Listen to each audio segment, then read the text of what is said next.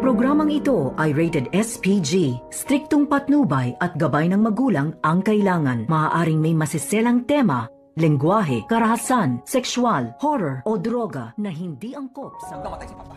Makakahinga ka ng maluwag. Dahil wala na makakapagturo na ikaw ang kumidnap sa kanya. Narito na nga ating mga karagdagan na aabangan bukas sa Abot Kamay na Pangarap. Dahil sa nangyari dito kay Don Pepe na muntik-muntika na ngang tuluyan ni Moira at dahil sa nakita ni Lynette dito na ebidensya laban kay Moira ay tila basang-basa na nga ni RJ itong mga masasamang plano ni Moira. At kaya daw gustong tapusin ni Moira itong si Don Pepe upang wala nang makapagsabi na si Moira nagpakidnap sa kanya dahil sa sinabi ni Moira na kung ano daw ang mapapala niya kapag tinuluyan niya itong si Sir Pepe. At dito nga na sinagot ito ni RJ na wala nang pag nawala daw itong si Don Pepe ay wala nang magsasabi sa buong katotohanan na itong si Moira ang nagpakidnap at kung sino-sino ang mga kasabwat nito. At dahil sa tindi ng galit ni RJ dito kay Moira ay napilitan niya itong saktan at palalabasin sa Apex Hospital. At dito naman na nangungulit itong si Moira sa East Ridge at kinausap itong si Carlos Benitez na pagsabihan daw itong si Lynette dahil nakipagkita daw ito kay RJ at idinadahilan lang daw ni Lynette na dadalaw siya dito kay Don Pepe.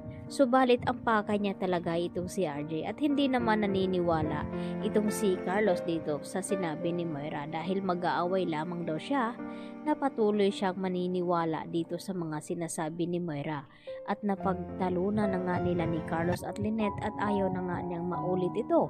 Baka ito pa daw ang magiging dahilan na masira sila mag-asawa. Subalit narinig ni Moira ang pagtawag ni Lynette dito kay Carlos na maglalunch nga daw sila dito ni Giselle at kasama ang kanilang mga anak at gusto ngang padalhan ni Carlos ng cupcakes itong si Lynette at may naisip naman agad na plano itong si Moira upang sirain niya ang lunch date dito nila Giselle at Justin at Annalyn at palalabasin na sinisira ng bawat isa.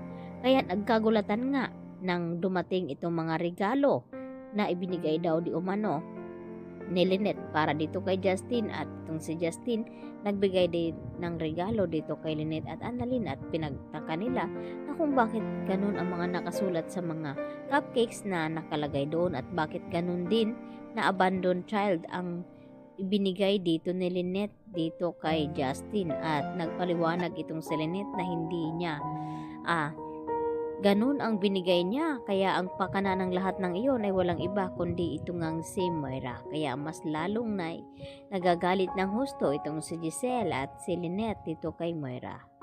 Samantala dahil sa mga nangyari dito kay Don Pepe mas hinihigpitan naman ngayon ni RJ ang pagbabantay sa kanyang ama at kinakailangan na wala daw makakapasok dahil baka babalikan ni Moira itong si Don Pepe at lalo nang hindi makapagsalita ito kapag nagising. At dahil sa mga karagdagang ebidensya na nakuha ni Giselle at lumabas din ang CCTV footage tungkol dito sa kotse na ni Risa na ginamit noon ni Moira, ay dito na kaya malalagay sa alanganin at wala nang lusot itong si Moira sa mga hawak na ebidensya nila ni Giselle at RJ laban kay Moira.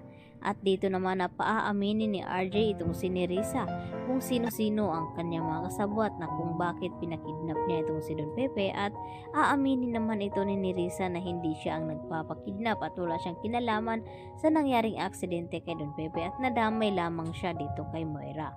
Kaya magkakaroon na nga yan ng hindi pagkakaunawaan at pagkakaibigan itong dalawa na si Moira at itong si Nerissa dahil ilalaglag ang bawat isa sa kanila kung sino nga ang mananagot dito sa mga ebidensya na nakuha ni Giselle at ng mga kapulisan.